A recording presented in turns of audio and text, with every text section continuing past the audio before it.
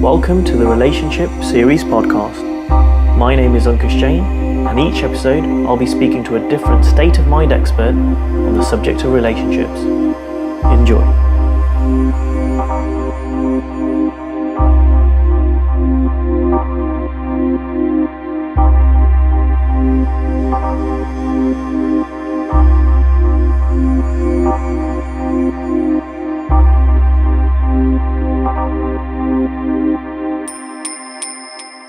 Welcome to episode 39 of the Relationship Series. This episode, I've got a unique guest with me. For the first time, I've got someone who has been an avid listener of the show and has listened to every single episode and has recently been even helping me with the copy for releasing new episodes. I'm joined by Jill Whalen. Jill started on a journey really to lose some weight, but ended up on a transformational journey where she stumbled across the principles behind state of mind. And she's currently retired from her job as a website marketing consultant, where she has a lot of expertise. And she spends her time writing her blog, What Did You Do with Jill? Welcome to the show, Jill. Thanks, Ankush. I'm really happy to be here. As you noted, a big fan. It's great to have you with us, and we spoke the other day as a little, pre-interview conversation. And what was really exciting is I think we're going to spend a lot of time today talking about friendship, and as a theme, that's not one that we've maybe covered in too much detail in the previous episodes, even though we've done so many episodes. But before we get stuck into friendship, could you, rather than that very brief introduction I've given you, could you perhaps give an introduction to the listeners around who you are and how you got into this journey? Sure. I'd love to. As you said, I was for about almost 20 years I had my own business. I was a pioneer in the SEO industry and loved it. I mean, it was my passion and my life. At some point a few years ago, though, I just decided I needed to lose some weight. Things were getting out of hand and getting older and all that. And so I was never a person who dieted a lot or anything like that. So it was kind of new to me. But it became kind of fun. I was using one of those apps, to count calories and that sort of thing. And it was working. I started doing more exercise, eating healthier. And I started liking it more. And I decided it would, right from the start, it was going to be a lifestyle change, not a, diet. And I think because of that, it really did change my life. And somehow, I was doing yoga and that as well. And somehow just changing those aspects of my life, I think I saw that I didn't have to be the same person I always was. I started getting into spirituality stuff, which I had dabbled in a little bit, but was never really big on. And I at some point stumbled upon the principles of state of mind that you talk about. I said, whoa, this is really it, because this is just simple. The way I always did my marketing was always simple. It was just common sense boiled down to the very basic building blocks of how you do things. And so it really just spoke to me. At some point I just decided to give up my whole company because I just sort of just lost interest. I was more interested in walking in the woods and going to yoga and doing things like that. It just really changed my life. I had always been an anxious person, and I became less anxious. And I mean, we can talk about those kinds of things, but that's the basic background.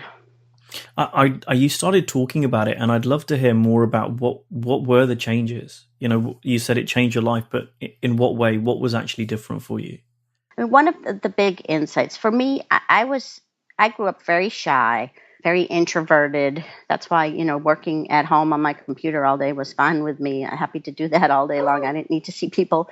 But I always had these like one best friend all the way from like first grade. As a little kid, I'd have like one best friend, and I would attach myself to this person until they couldn't stand me any longer, and would toss me aside because I would just be too clingy and stuff. And so even, throughout my life, even as an adult, I would follow that same pattern. And, I mean, I got married and have been married for 33 years now. So, but this was, these were there's just friendships like with women. And, I kept repeating this pattern, and then I'd get a new friend, and until they couldn't stand me any longer, and then I'd say, never again. I'm never going to have a friend again. They just dump you, and it's just not worth it. And I knew there was this sort of, I knew I had an addictive personality just with everything I do, but I sort of knew this with the friendships. But at some point, I saw, as I was learning about the state of mind and how life really works, I had been seeing that, happiness is inside of us. It's there always underneath our thoughts, and that it's our thoughts that create our feelings, the way we feel about stuff. And it just hit me. I was taking a shower and I saw like my life flash before my eyes. I saw all these friendships like one by one, just in a flash, and how that I was just trying to find happiness through these other people, and knowing that it was there within me, that feeling could be created at any time because I was creating it myself.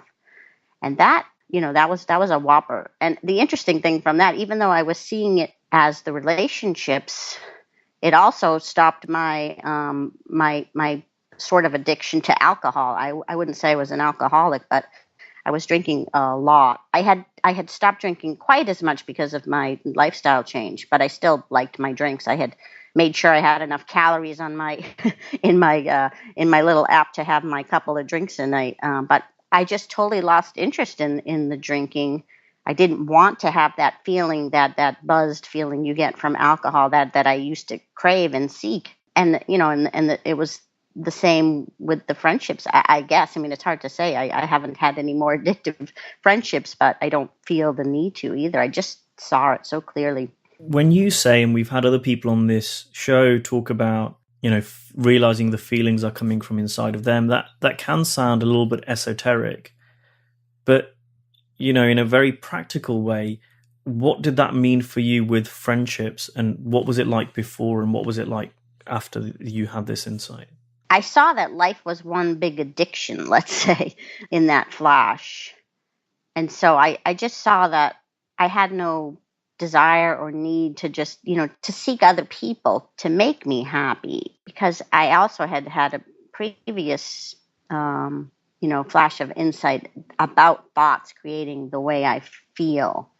So I knew that without a doubt, that it's my thoughts that create my feelings. And so there just was no need for any kind of addictive friendship. For that, the thing with like an addictive friendship, it's that sort of feeling that of newness, kind of when like when you first meet a new boyfriend or girlfriend too. It's the same with a friendship. It's like that special person you can't wait till they, you get an email from them, or you get a call from them, and you get that feeling. So I just didn't need that feeling anymore, just like I didn't need the alcohol. So now, I mean, I have friends. Actually, I never really had friends before. I just would have these addictive friendships. Now, suddenly, I've made friends, which, like regular people, what I would say, just like happen to, like, I'm not as scared to just approach someone to be a friend, or, see if they want to do something with me. Like, for instance, one of my yoga teachers, I really, some of the stuff she was saying in yoga, I could really relate to. It was a lot of the stuff that I write about or talk about. And so I just, I friended her on Facebook, and then, messaged her one day and said, hey, if you ever want to get together sometime, it sounds like we have a lot in common. And so we did. And we took a walk around the reservoir here that I walk on, and, just stuff like that. It's like nobody would really think anything of it. But for me, it was a big deal to just sort of make friends like most people do. And did you find that difficult before?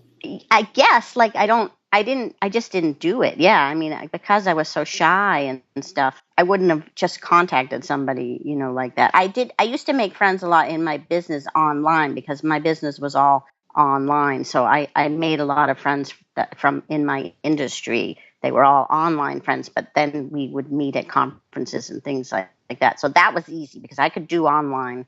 I was a different person online. I was more, and that's another interesting thing too. I'm more my online persona and my real persona now in person is more sort of melded together, where it's more Whan instead of the shy little Jill at home, behind her computer screen. I'm more able to be that more outgoing.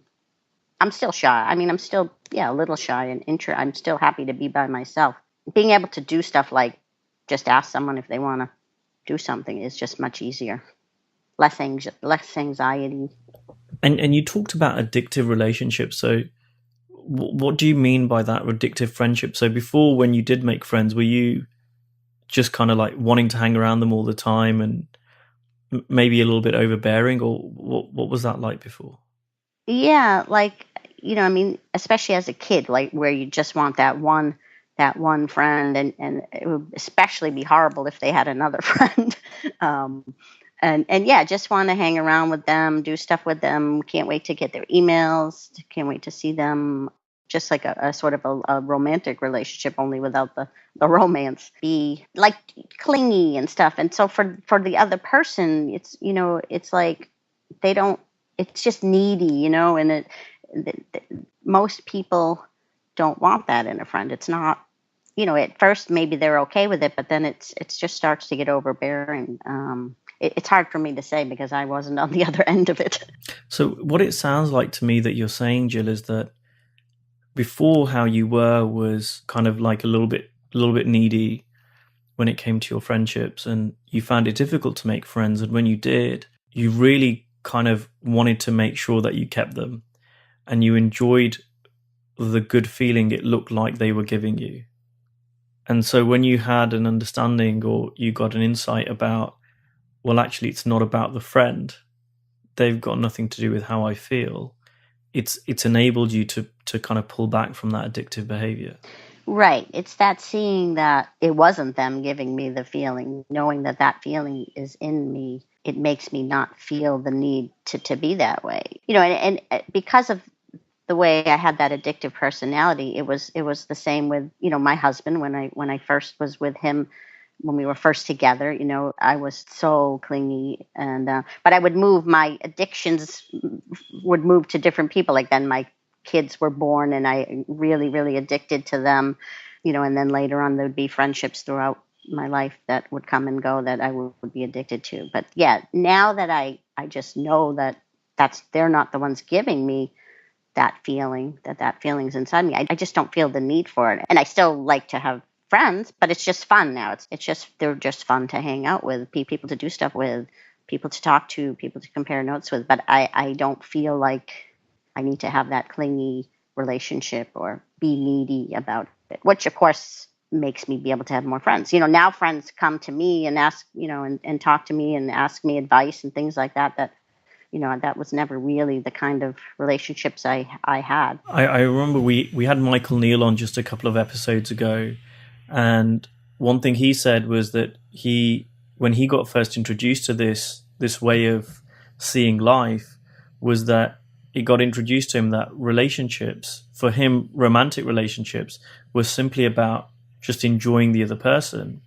And when we spoke the other day, I thought about it, that the same thing could be said about friendships, that a friendship, so many people, and I've done it when I was younger, we put a lot of expectations on other people. We have certain invisible ideas about how friendship should be. But actually, the point of a friendship is simply to enjoy the other person.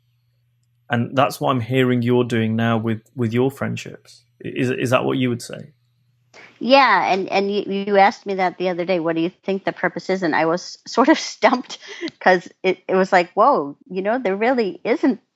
There isn't much purpose, but other than just to have fun, enjoy the other person.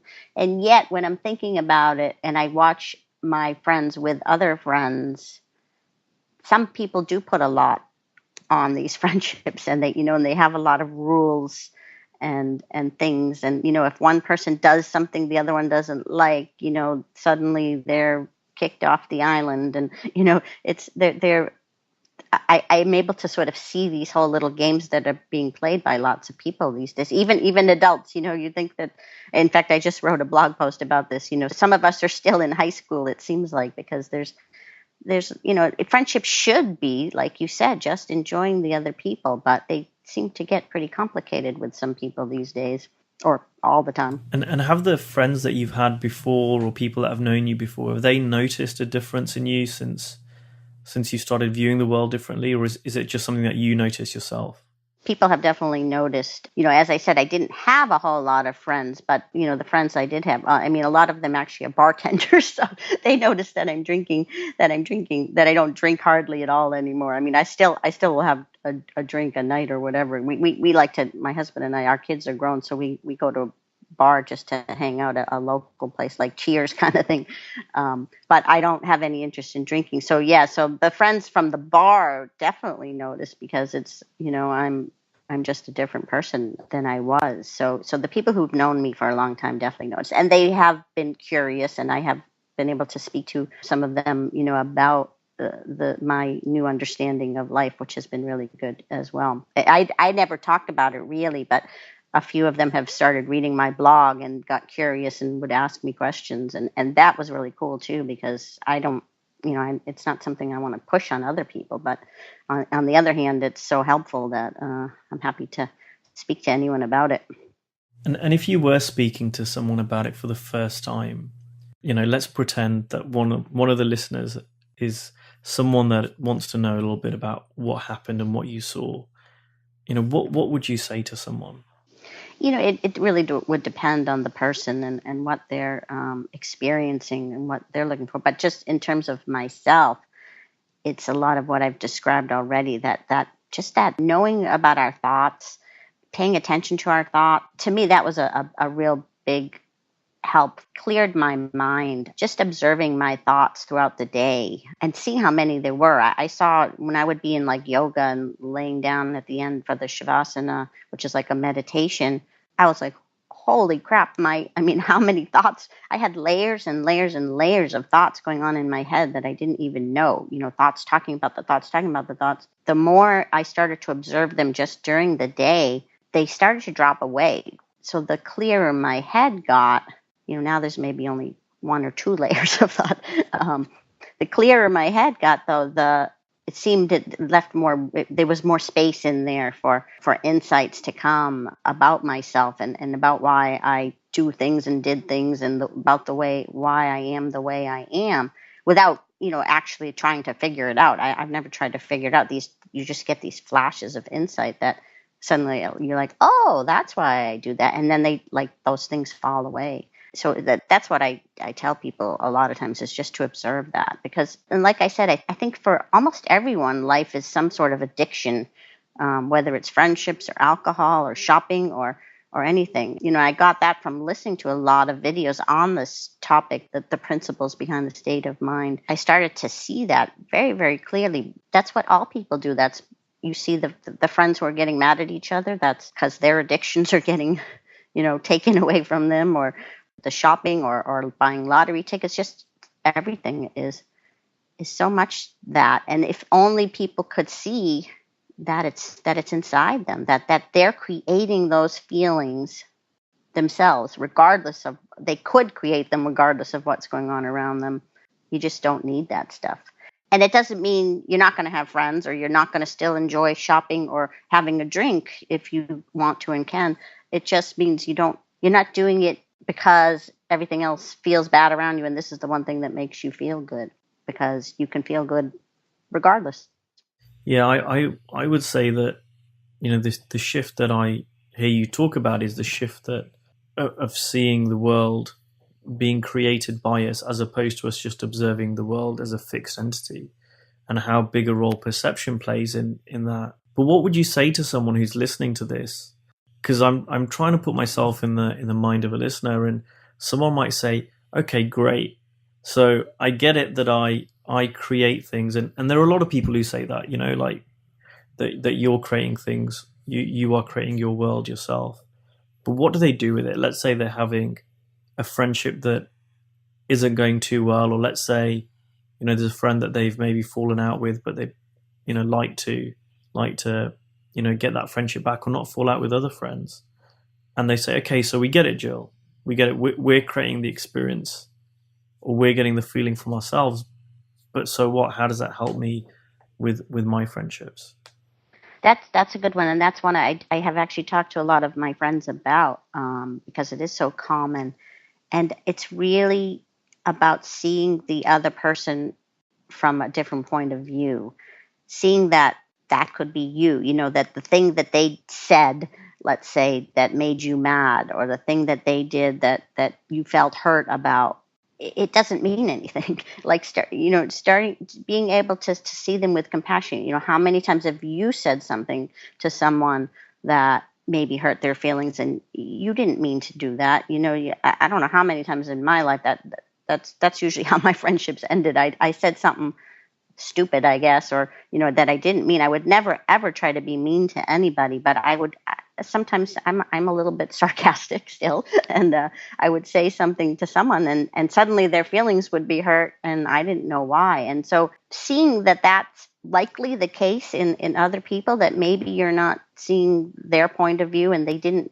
mean anything, or that even if they did mean it, maybe it just came from some kind of feeling in the moment, that they were in a low state of mind when they said it, and seeing that just having compassion for them, and dropping it and forgiving them, and knowing that it's just not all about you too, that we're also, it's all about us, but seeing things from other people's point of view, and seeing how that we've done the same thing ourselves many, many times.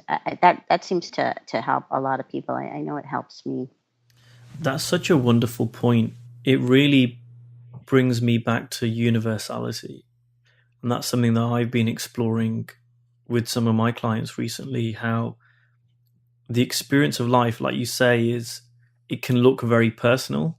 It can look like we're the only ones that live our lives, that we're the only ones that are smart, and our situation or circumstance is totally unique and it's different from anything. At least that's how I used to feel. And what I've been exploring recently is just universality of experience.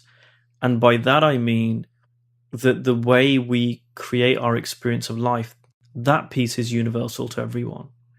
So everyone that I know can get upset at times. Everyone I know can get frustrated at times. Everyone I know can be creative. Everyone I know can make mistakes. Everyone I know is fallible. There is a certain universality that is often overlooked. And I find that even in, popular culture, we tend to focus on differences. And you see that in politics, you see that in the world stage as well as on a local stage, right? We tend to focus, in my experience, on what is different as us between genders and people and races and everything else. And what we don't often look at, or I certainly didn't, was the things that are universally true.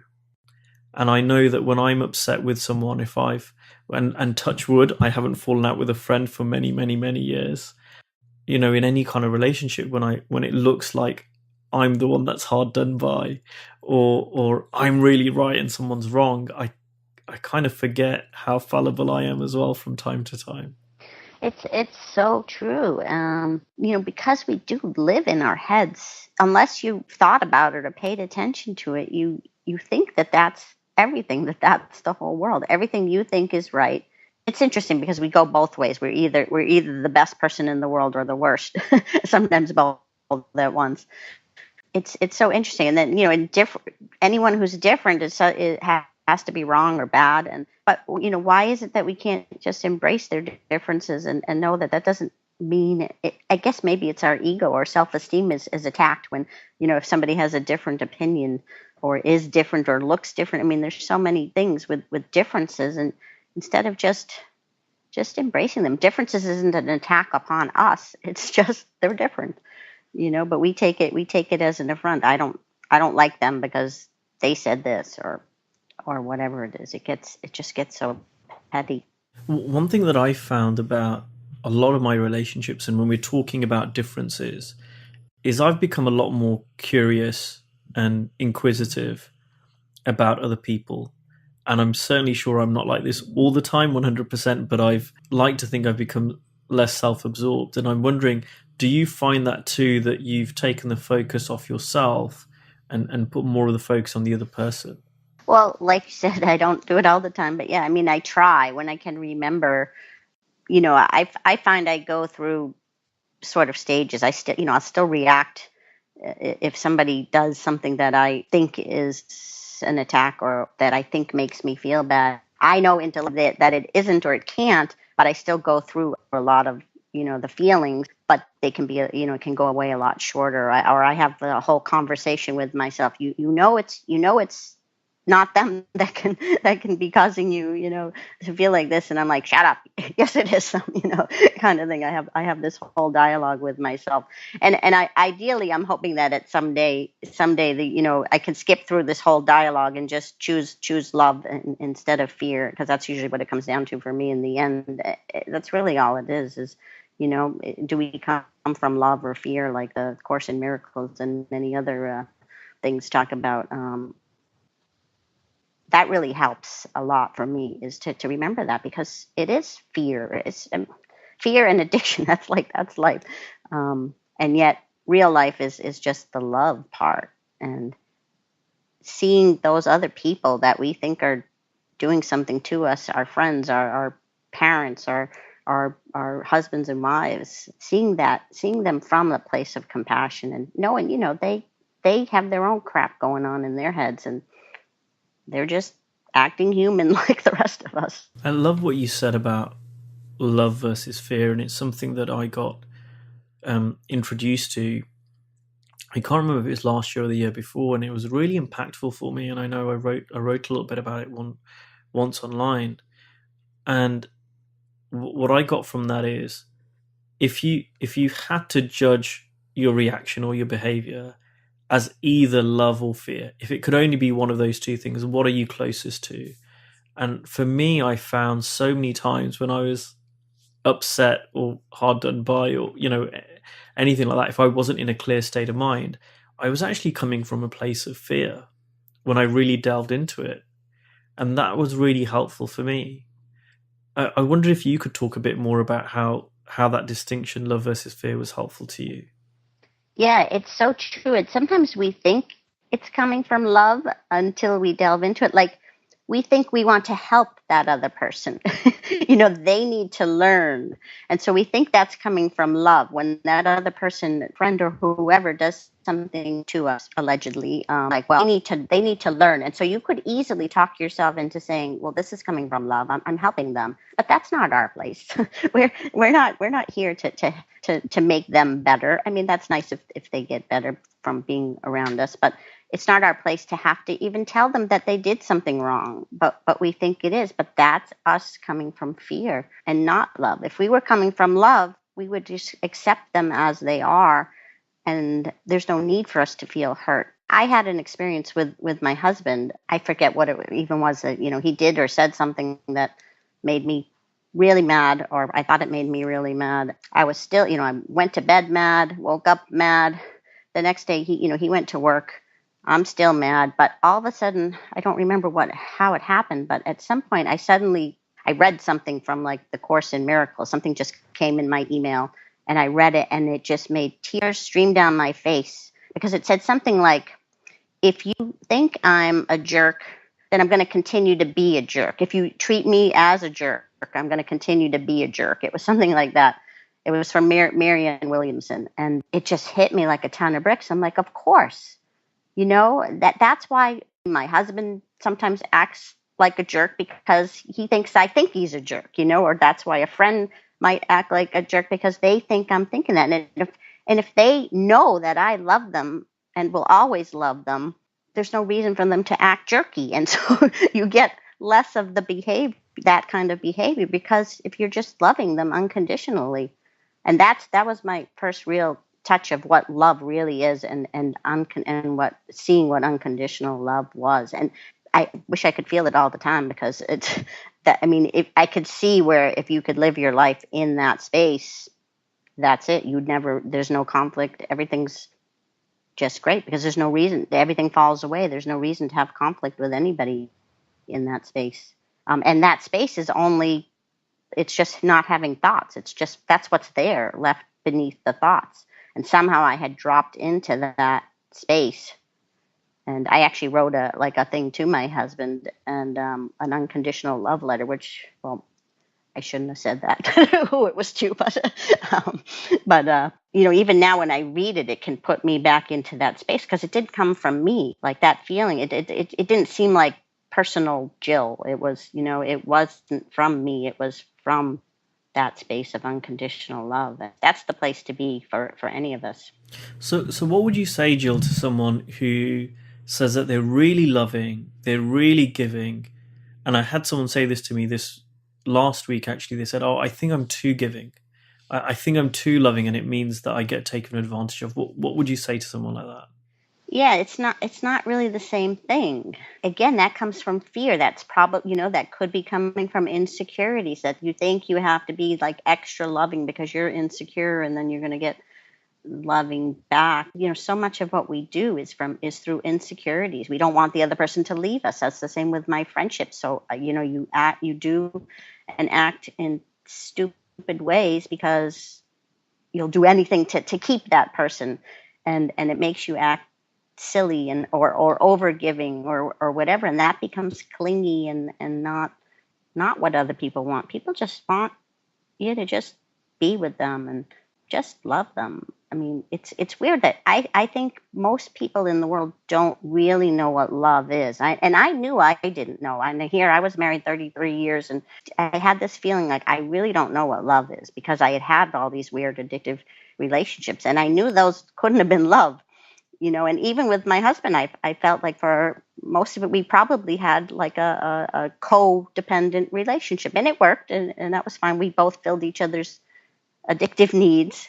But to see what real love is, it's not what we think it is, and it's not the over giving or anything like that. That's not love. That's addiction. I'm noticing that as you talk, and I think this is with a lot of people that come onto the show, it goes deeper than just the words, because a lot of the words I'd heard, elsewhere from other places before I got introduced to state of mind and how the mind works. But really, there's a sense that you know what you're talking about. It's not just a nice soundbite. I'm guessing that when you connect with your friends or with your husband, that's probably more impactful than the words that you're using. It is. I don't always. You can. It's easy to fall back into patterns with people. I'm not always in that space. But yeah, if somebody's coming to me for advice and things like that, then it can definitely have that impact. Be more impactful. And I do try to come from that space more and more. But it's interesting because as much as we know about this, in the end, if we're still human, and we're supposed to have all these experiences and feel all these things, I think, and it's supposed to feel real, like they're doing stuff to us and stuff. So it is definitely still easy to fall back into certain patterns, but not like I mean, I definitely don't fall back into those specific addiction kind of patterns. But yeah, it can be impactful if I think the other people you're talking to sometimes have to be willing to be open a little bit too, because some of my friends, their minds are just so busy, it doesn't even matter what I say because they're not hearing anything. I'm sure you've come across those people. Well, one thing that I saw is that, and I think this is true with anything, the more that I try and push my beliefs or thoughts on someone else, the less that they hear me. Yeah, and it's easy for me to get caught up in theirs as well, which doesn't help. So I know you're not like many people on the show. They're state of mind experts. They do this full time. You're retired and you write a blog, but I know you said you've done a few talks locally. What do you talk about in your local talks? I'll talk about anxiety, reducing anxiety, and addiction, and how to be more stress free. And I do talk to individuals about it as well. I mean, I'm not going out there pounding the pavement looking for clients, but I'm happy to talk to one-on-one people. I've talked about like how to be fit and healthy without willpower, because that fits right into the same topic, really, and it's how I've managed to stay fit and healthy relative. My oldest daughter says I look younger than I am younger than when she was in high school, and she's 29. So, my lifestyle and my life has just changed immensely from a lot of it from this, but not even necessarily from this. It was our being able to see how you can transform, that you can become a completely different person. That alone is so freeing, because then the world is so open to you, and you can be whoever, whatever you want, which is pretty cool. What's one thing that you might have learned from talking to the people about this, from those talks? Yeah, I'm wondering if, because they say often that teaching is like learning a second time round. I'm wondering what you've learned from talking to groups of people about the mind. It's hard to say. They were small groups, and I haven't done one in a while. I was still trying to be able to articulate this most of the time when I did those talks. I didn't have it as clear in my head, which is why I wanted to do them, to be able to articulate it better. I could write about it. I can write about things a lot sooner than I can speak about them. So, I mean, what I learned more was that it's really hard to explain in an hour, let's say, to other people. It often doesn't click with them because it's such a completely different way of thinking, and it's very hard for people to, it seems, to want to be able to see that maybe other people aren't what's causing their distress, or even to understand that happiness is inside of them, and that it's their thoughts that create that. But I think people do start to get a taste of it, and can get more curious. But I don't know what I personally have learned from them. I haven't done one in a while. So if someone wanted to find out, we're pretty much out of time, but if someone wanted to find out more about you and maybe have a conversation or read your blog, or what's the best way that they could do that? Yeah, if they go to whatdidyoudowithjill.com, which you can imagine where that name came from. I write there at least every other week, and there's contact boxes on there. It's the best way to get me, and I'm on Facebook. You can find me, Jill Whalen. Just look me up, Whalen. But I would love to talk to people, and I would love for people to sign up for the newsletter on the blog, because that way you make sure you don't miss any of the articles. But if people read some of my stuff and it resonates with them, just give me a shout out. I'd be happy to talk to you about this stuff, because it's hard to find people who are interested around, just in the general world. So anyone who reads my blog, most people seem to like it, and it's fun to write. Great. And people can find me as usual at my website, which is Ankush Jain, ANKUSHJAIN.co.uk. There's links to all my social media accounts, Facebook, YouTube, Twitter. You can listen to these shows on iTunes as well as YouTube and Stitcher. And like Jill, I've got my own little email list now. So if people want to make sure they don't miss an episode of this series when it comes out, then there should be a link to that somewhere online on my website, or on the description on YouTube. Thank you very much for joining us today, Jill. It's been a pleasure to have you on the show. Thank you for having me. It was great.